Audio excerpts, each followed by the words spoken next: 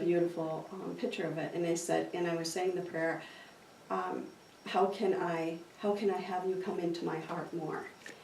And the voice was, I don't need to come into your heart, I need to come into your consciousness. Because when we are thinking through the divine mind, the heart is already activated. So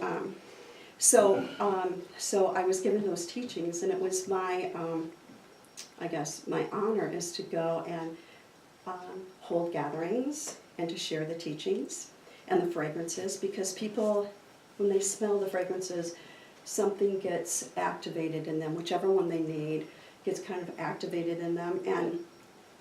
But it is a self-distillation process, and everything that we have to actualize is not outside of us, it's inside of us. The only thing we need to actualize is ourself. And when we become the holy temple, then everything around us becomes sacred and holy.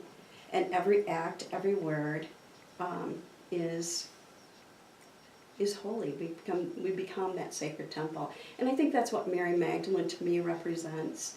She is the divine temple. She didn't build physical temples, she built human temples.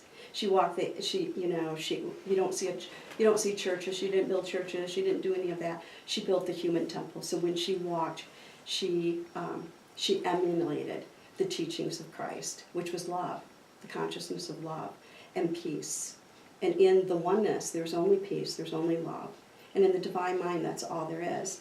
And so that is how she came to me. It was a personal experience, and it continues. And let me see what else I want to say.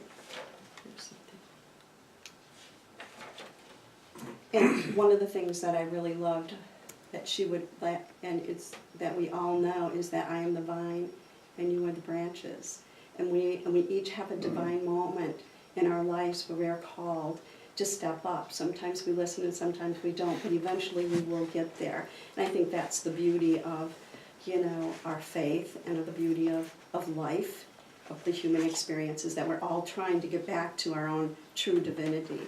And so in closing, I just want to say that to Mary Magdalene to me is why she's so important in the 21st century, is because she remembered who she was. She remembered her own divinity. She understood her role, and she was the anchor for the teachings.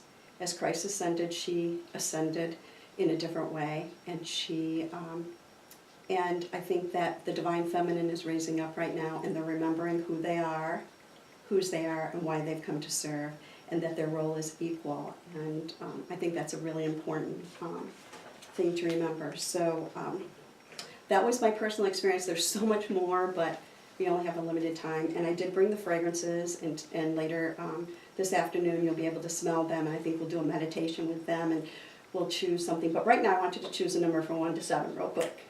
6. Got it? Just write it down, and then we'll go into those teachings later. 3. Thank you.